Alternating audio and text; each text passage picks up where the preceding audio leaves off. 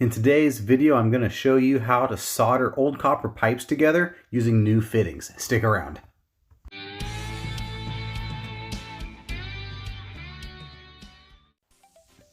We're going to start by cutting our old copper pipe using a cutoff wheel. I like this particular style just because it fits in a real tight space and you just spin it in one direction and eventually it'll cut clean through that pipe for you. We're also going to dry fit all of our pieces together as we go to make sure that everything aligns and fits in the end.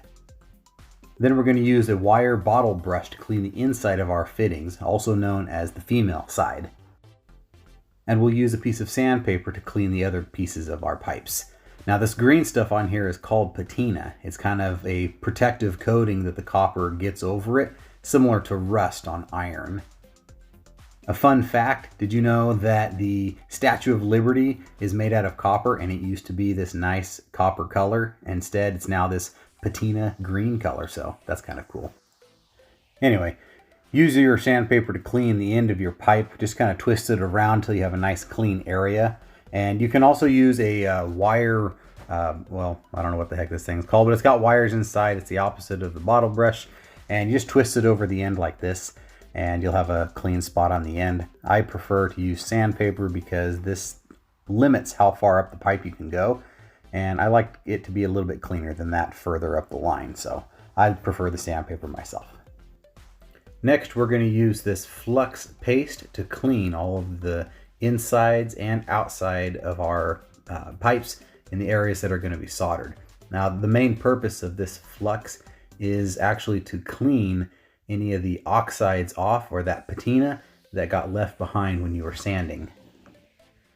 So use a lot of it. I've never had problems with using too much, but I have had issues not using enough.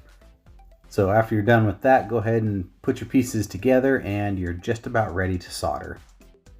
But before you do, I like to use these flame-resistant soldering cloths to prevent scorching the drywall or the water heater itself. Be a shame to hurt that bright yellow sticker they stick on the side of these things. I also like to have a spray bottle of water on hand just in case.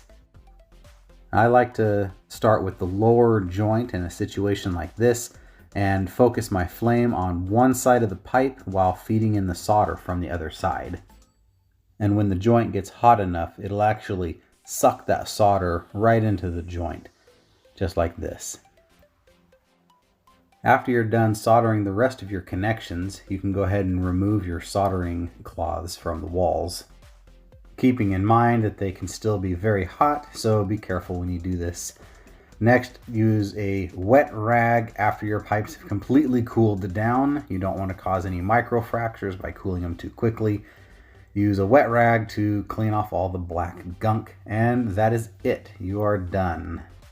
If you found this video helpful, make sure to hit that like button. Don't forget to subscribe to the channel so you'll see all the new content, and leave your comments below. Thanks for watching.